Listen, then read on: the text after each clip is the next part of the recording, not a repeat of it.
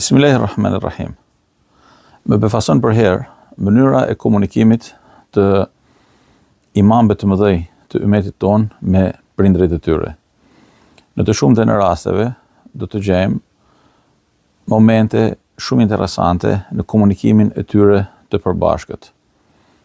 Fjala bie gjej një shënim ku thuhet se Imam Ahmed ibn Hanbal i thot babës së tij: "Ma jep një këshill."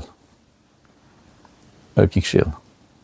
Edhe sa interesante është, edhe sa bukur është kur fëmia i thot prindit: "Ma jep një këshill."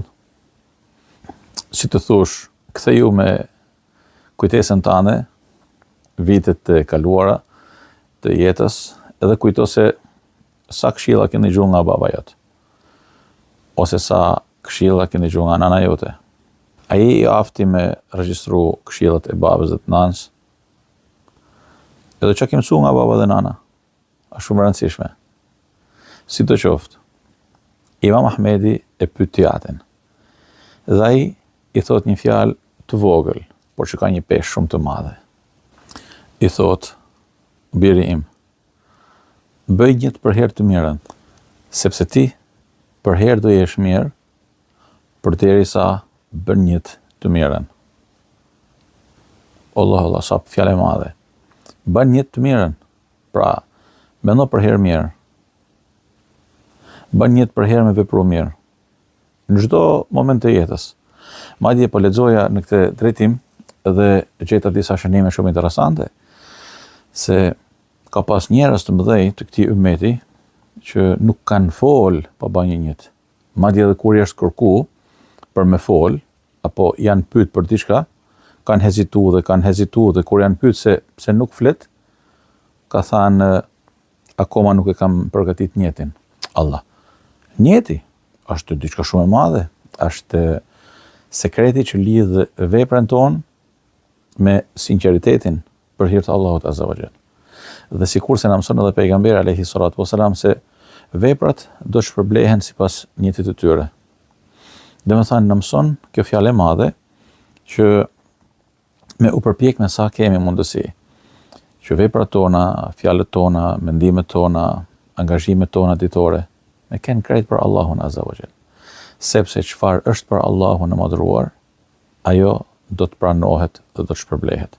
Dhe çfarë nuk është për Zotin ton, ta dini mirë se mund të jetoj aq sa mund të jetoj në këtë botë të përkohshme, por nesër në ditën e gjykimit nuk ka as edhe një vlerë. Ka shumë njerëz që ja humbin vetes së tyre shpërblimin e veprave, duke prit falenderimet dhe lëvdatat e njerëzve. Subhanallah. Në momentin që njeriu prit që dikush si soji i tij ta falenderoj e ta lëvdoj për një vepër që ka bë, në mënyrë kategorike ai e ka marrë shpërblimin. Pra, e ka shpërbly veten e tij me mirënjohjen e njerëzve dhe mesela mbyllet. Po nesër tek Zoti i gjithësisë, ç'a do marr? Kjo është një pyetje që duhet më bëj vetes. Domethënë, ç'a do marrësh nesër tek Zoti jot? Do marrësh shpërblimin e asaj pune që ti e ke bë për hir të tij dhe nuk ke pyet dhe nuk ke interesu fare se a kanë thënë njerëzit diçka, a nuk kanë thënë. Madje Imam Ibn al-Qayyim thotë një prej shënimeve të tij shumë të vlefshme, që nuk bashkohet sinqeriteti dhe dëshira për t'u lavdëruar dhe për të marrë falënderime dhe ambicia për të pas në dorë atë çfarë kanë të tjerët. Nuk bashkohen bashkë, ashtu siç nuk bashkohet uji dhe zjarri. Shumë e thjeshtë. Pra, nëse e gjen veten tënde se don falënderime, don mirënjohje, thuj: "O Zot, më fal. Më duket se shumë zova veprën me zero." Në momentin që lëvdatat e njerëzve, fjalët e tyre të mira për ty, nuk kanë asnjë lloj efekti, përkundërzi të bëjnë me unë një keq, thuj: "Allahumme, më forco edhe më shumë në rrugën e sinqeritetit në marrëdhënie me madhnin tënde, te baraka wa taala."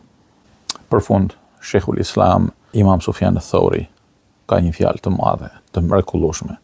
Thot: "Ruaju nga syfaqësia." Dhe më thënë, dëshira apo rrëshqitja për ta bërë një vepër për sy me faqe.